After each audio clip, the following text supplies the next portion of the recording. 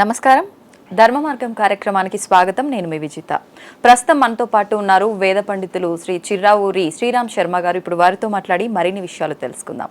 నమస్కారం అండి. నమస్కారం అండి. గురుగారు, మనకు సెప్టెంబర్ నెలలో 17 లేదా 18 ఈ 2 తేదీల్లో ఏదో ఒకరోజు చంద్రగ్రహణం అయితే రాబోతోంది అని చెప్పి వింటున్నాం. నిజంగా అది మన ప్రాంతానికి ఉందా? ఏ ప్రాంతాల్లో వర్తిస్తుంది చంద్రగ్రహణ ప్రభావము? దాని గురించి డీటెయిల్గా ఎక్స్ప్లెయిన్ చేయండి. సెప్టెంబర్ 18వ తారీఖు పౌర్ణమి, భాద్రపద పౌర్ణమి రోజు చంద్రగ్రహణం ఉంది అనేది ఇప్పుడు నడుస్తున్న ప్రచారం. ఓకే. అయితే విశ్వంలో ఈ గ్రహణాల దగ్గర అసలు గ్రహణాలు ఎలా వస్తాయి ఏమిటి అనే విషయాల గురించి జ్యోతిస్సారం అనేటటువంటి గ్రంథంలో దేన్ని గ్రహణంగా చూడాలి, గ్రహణం కాని దాన్ని ఎలా చూడాలి అని చెప్పారు. ఓకే. ఇది ప్రతి అమావాస్య పౌర్ణమికి కూడా తరచుగా గ్రహణాలు సంభవిస్తూ ఉంటాయి. కానీ అన్నీ కూడా భూమి మీదకి కనిపించవు, భూమి మీద వాటి ప్రభావం ఉండదు. కారణం వీటిల్లో మనం వింటూ ఉంటాం పాక్షిక చంద్రగ్రహణం, అలాగే సంపూర్ణ చంద్రగ్రహణం అని. అయితే రేపు 18వ తారీఖు రాబోయేది ఛాయాగ్రహణం అంటారు. వీటినే పెనుంబ్రాస్ అని మనకి ఆధునికులకి బాగా పరిచయం. అంటే చంద్రుడు సూర్యుడు మధ్యలోకి భూమి వచ్చినప్పుడు ఆ ఉంబ్రా అనేటటువంటి పరిధిలోకి చంద్రుడు పడినప్పుడు చంద్రుడు పూర్తిగా లేకుండా ఉంటాడు కాబట్టి దాన్ని సంపూర్ణ చంద్రగ్రహణము అని చెప్తారు. ఈ పెనుంబ్రా దగ్గరికి వచ్చినప్పుడు దాన్ని ఛాయాగ్రహణము అంటారు. కొన్ని సమయాలలో సగం చంద్రుడే ఆ ఉంబ్రా పరిధిలోకి ఉంటాడు, సగమేమో పెనుంబ్రా పరిధిలో ఉంటాడు. అప్పుడు దాన్ని పాక్షికంగా మనకి చంద్రుడు సగమే కనిపించకుండా ఉంటుంది కాబట్టి దాని పాక్షిక గ్రహణం అంటాం. అయితే 18వ తారీఖు వచ్చేది ఏంటంటే ఈ ఉంబ్రా పరిధిలోకి వస్తుంది. అది అసలు గ్రహణం కింద దాన్ని శాస్త్రాల్లో చెప్పలేదు. కారణం ఏంటంటే మనం వీటిలో రాహువు చంద్రుడిని పడతాడు అని మనం చెప్తూ ఉంటాం మామూలుగా అర్థం అవ్వడం కోసం. అయితే రాహువు పట్టినా పట్టకపోయినా భూమి యొక్క ఛాయ పూర్తిగా దాని మీద పడాలి గ్రహణము అంటే. కానీ రేపు 18వ తారీఖు కానీ అలాగే అక్టోబర్ నెలలో కూడా 2వ తారీఖు సూర్యగ్రహణం కూడా ఒకటి. ఇవి గ్రహణాలన్నీ సూర్యుడికి చంద్రుడికి ఉన్నటువంటి గ్రహణాలు కాదు. అవి కేవలం ఈ సూర్య కాంతి యొక్క ఛాయ పరిధిలోకి ఈ చంద్రుడు వెళ్ళడం వల్ల కొన్ని ప్రదేశాల్లో వాళ్ళకి కనిపించదు అంతే. అది గ్రహణం కింద లెక్కలోకి రాదు. మన భారతదేశంలో అసలు దాని ప్రభావమే లేదు. భారతదేశంలో కూడా మన శాస్త్రాలలో కూడా ఏదైతే గ్రహణం వాళ్ళకి కనిపిస్తోందో కనిపించిన దగ్గర నుంచి వాళ్ళు ఈ గ్రహణ స్నానం అని, విముక్తి అయిన తర్వాత ముక్తి స్నానం అని చేస్తూ ఉంటాం. అసలు గ్రహణమే కనిపించినప్పుడు అది కూడా ఉదయం మనకి రేపు ఇండియన్ టైమింగ్ ప్రకారం గ్రహణం ఎప్పుడు కనిపిస్తోంది అంటే ఉదయం 6:11 నుంచి 10:17 అని, మధ్యాహ్నం 12:30 దాకా అని ఒక లెక్కలు ఒకటి రకంగా చెప్తున్నారు. అయితే ఈ ఉదయం పూట అసలు చంద్రుడే కనిపించినప్పుడు ఆ గ్రహణం మనకి ఎలా వర్తిస్తుంది? వర్తించదు. అయితే మామూలుగా అందరు చెప్పే ఒక చిన్న లాజిక్ ఏంటంటే చంద్రుడు మనకి కనిపించినా కనిపించకపోయినా భూమంతరికి కూడా ఒకటే కదా చంద్రుడు. ఆ చంద్రుడికి గ్రహణం వచ్చినప్పుడు ఆ ప్రభావం ఖచ్చితంగా మనుషుల మీద ప్రకృతి మీద కూడా ఉంటుంది అని. నిజమే కదండి, ఉండదంటారా మరి? ఇక్కడ గ్రహణం అయితే ఉంటుంది, ఇది గ్రహణం కాదు. ఇందాక మనం చెప్పినట్టు ఆ ఉంబ్రా పరిధిలోకి వచ్చినప్పుడు దాని ప్రభావం భూమంతటిగా కూడా ఉంటుంది. కానీ ఇది ఆ నీడలోకి, అంటే మీకు అది డయాగ్రామ్ లో చూపిస్తే బాగా అర్థమవుతుంది.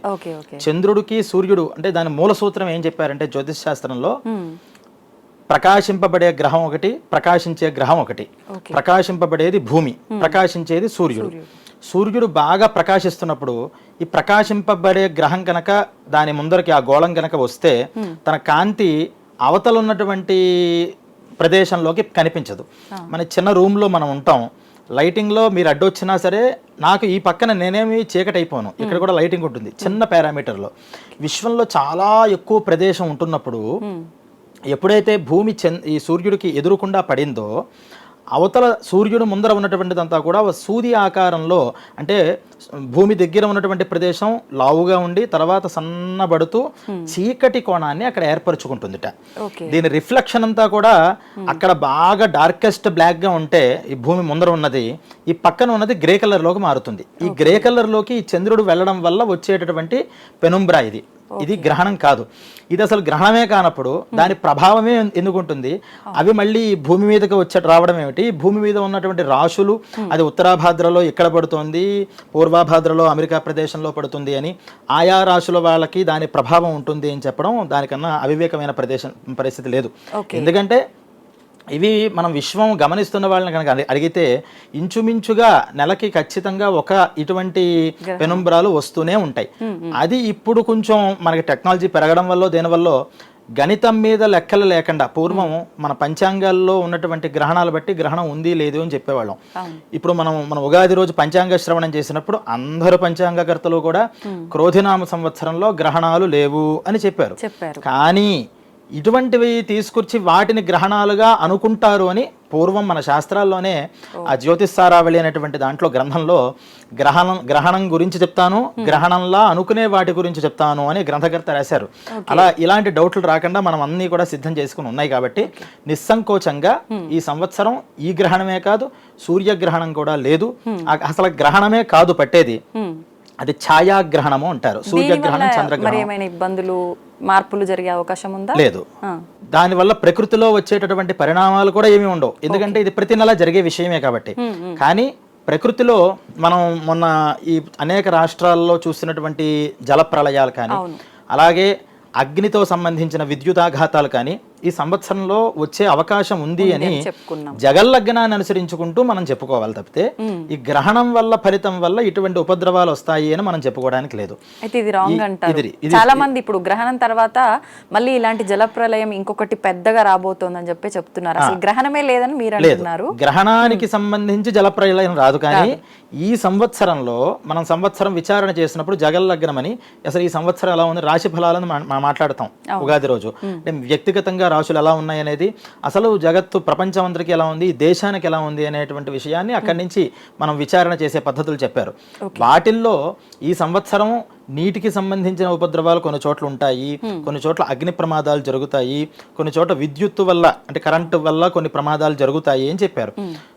అవి ఈ నెలల్లో వచ్చే వాటిలో ఆ లగ్నం ఆ గ్రహస్థితి బట్టి ఉంది తప్పితే ఇప్పుడు రాబోయేటటువంటి 18వ తారీఖు వల్ల, సెప్టెంబర్ 18వ తారీఖు వల్ల, అక్టోబర్ 2వ తారీఖు వల్ల ఏర్పడేటటువంటి పెనుంబ్రాల వల్ల ఎటువంటి ప్రమాదము లేదు, ఎటువంటి భయాలు లేవు. అలాగే గ్రహణం కనిపించకపోయినప్పటికీ కూడా ఆ ప్రభావం మన మీద పడుతుంది అని కొంతమంది చాలా మంది మాకు ఫోన్ చేస్తుంటున్నారు. ఇలా గ్రహాలు వస్తున్నాయి కదా, మా ఈ పలానా రాశండి, మేము ఏందైనా పరిహార ఉపాయాలు చేసుకోవాలని. మన శాస్త్రంలో ఎప్పుడు దోషం ఉన్నప్పుడే పరిహారం చేసుకోవాల్సింది, దోషాలు లేనప్పుడు పరిహారాలు చేసుకుంటే అది మూఢత్వం కింద మారుతుంది అని చెప్పారు.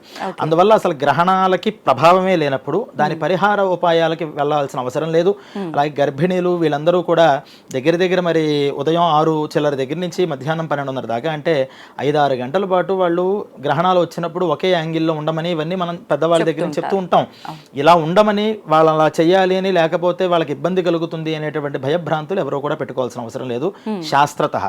ఇంకొక విషయం ఏంటంటే సూర్యగ్రహణం, చంద్రగ్రహణం పక్కపక్కనే వస్తే ఆ మధ్యలో ఉన్నటువంటి 15 రోజులు కూడా గ్రహణ సంధికాలం అవుతుందని, తద్వారా ఆ సమయంలో పుట్టేవాళ్ళు చాలా అరిష్ట జాతకులు అవుతారు అని కూడా కొంతమంది అభిప్రాయపడుతున్నారు. చాలా తప్పుడు విషయం అది. సూర్య చంద్రగ్రహణాలు అనేక సందర్భాల్లో ఒకే మాసంలో వచ్చినవి ఉన్నాయి. ఒక పౌర్ణమికి చంద్రగ్రహణం, అమావాస్యకి సూర్యగ్రహణం వచ్చిన దాఖలాలు చాలా ఉన్నాయి. ఈ మధ్యకాలంలో ముహూర్తాదులకి అంటే గృహప్రవేశాలు, వివాహాలు ఇవి చేసుకుంటున్నప్పుడు ఈ సంధికాలంలో ఆ శుభకార్యాలు పనిచేయవు అని చెప్పారు తప్పితే పుట్టేటటువంటి వాళ్ళకి అరిష్టాలు కలుగుతాయి అని ఏ శాస్త్రాల్లోనూ చెప్పబడలేదు. ఎందుకంటే పుట్టుక అనేది దైవ నిర్ణయం బట్టి జరుగుతుంది. ఈ సమయంలో పుట్టడం వల్ల వాళ్ళకి అరిష్టాలు వస్తాయి, వాళ్ళ నష్టజాతకులు అని భావించడం వల్ల జనం ఆ సమయంలో పుట్టే వాళ్ళ మీద ఇటువంటి భావంతో వాళ్ళని మనం పెంచితే నిజంగా వాళ్ళు నష్టజాతకులు అవుతారు. అందువల్ల గ్రహణ సంధి కాలం అనేది ముహూర్త విషయాలలో అంటే వివాహాది శుభకార్యాలు చేసుకుంటున్నప్పుడు సంవత్సర సంధి అని ఉంది. అంటే ఉగాదికి 5 రోజుల తర్వాత కానీ, ఉగాదికి 5 రోజుల మునుపు కానీ శుభకార్యాలు పనికిరావు అని. ఇలా నక్షత్ర సంధి, లగ్న సంధి, దిన సంధి అని అర్ధరాత్రి 12ంటికి మనం అర్ధరాత్రి అనుకుంటే 12 నుంచి ఒక అరగంట సేపు వెనకాల కానీ 12 నుంచి ఒక అరగంట అంటే అరగంట నుంచి 45 నిమిషాలు తర్వాత కానీ ముహూర్తాలు పనికిరావు అని సంధికాలం వాటికి చెప్పారు తప్పితే ఈ జననాలకి వాటికి కూడా సంబంధం లేదని మనం గ్రహించాలి. కాబట్టి నిస్సంకోచంగా మనం మామూలుగా మనం దైనందిక కార్యక్రమాలు ఎలాగైతే చేసుకుంటున్నామో అంతరిక్షంలో జరిగేటటువంటి చిన్న చిన్న గ్రహాల యొక్క గోళాల యొక్క మార్పులుగా దీన్ని స్వీకరించాలి తప్పితే అది గ్రహణము కాదు అనే విషయం మనం శాస్త్రతః పెద్దవాళ్ళ దగ్గర నుంచి అందరి దగ్గర నుంచి కూడా మనం తెలుసుకునే విషయం ఇది. సూపర్ అండి. నిజంగా చాలా మంది చంద్రగ్రహణం ఉందని చెప్పి, అంటే మన దగ్గర లేకపోయినా ఇందాక మీరు అన్నట్టు వేరే దగ్గర ఉన్న ఆ ప్రభావం మన పైన ఉంటుంది, ఖచ్చితంగా జాగ్రత్తలు పాటించాలి, గర్భిణీ స్త్రీలు అయితే ఇంకా ఎక్కువ నిష్ఠతో ఉండాలి, నియమాలు ఎక్కువగా పాటించాలి, ఇలాంటి భయాలు చాలా మంది చెప్తున్నారు, ఉన్నాయి. భయపడుతున్నారు కూడా. మన ఈ వీక్షకులు కూడా దేశాంతరాల్లో కూడా ఉంటారు కాబట్టి వాళ్ళకి కూడా ఉద్దేశించి ఈ గ్రహణం యొక్క ప్రభావం యూరోప్, అమెరికా, అలాగే అంటార్కిటిక్, అట్లాంటిక్ ప్రదేశాలలో దీని ప్రభావం ఉంటుంది అని కూడా చెప్తున్నారు. ఇది పాక్షిక చంద్రగ్రహణం అనేటటువంటి ఒక ప్రచారం కూడా సాగుతోంది. వాస్తవానికి ఇది పాక్షిక చంద్రగ్రహణం కాదు, దీన్ని పెనుంబ్రా అని అంటారు. ఇది ఛాయాగ్రహణము. ఇది చంద్రుడికి సంబంధించిన గ్రహణం ఏమాత్రమూ కాదు. ఆ దేశాలలో కనిపిస్తున్న వాళ్ళకి, ఆ రాశుల వాళ్ళకి ఈ ప్రభావం ఉంటుంది అని చెప్పడం కూడా చాలా అవివేకం అవుతుంది. ఎందుకంటే మన పంచాంగాలలో ఒకవేళ గ్రహణం ఉండి మనకి కనిపించకపోతే ఓ పలానా గ్రహణం ఉంది కానీ భారతదేశంలో కనిపించదు అని ప్రత్యేకంగా రాస్తారు. ఏ పంచాంగాలలో కూడా అసలు గ్రహణ ప్రసక్తే తీసుకుండాలేదు. అంటే ప్రపంచంలోనే గ్రహణం అనేది లేదు. ఇది పాక్షిక చంద్రగ్రహణం అనేటటువంటి ఒక అపోహ వల్ల ఇటువంటి భ్రాంతులు కలుగుతూ ఉంటాయి.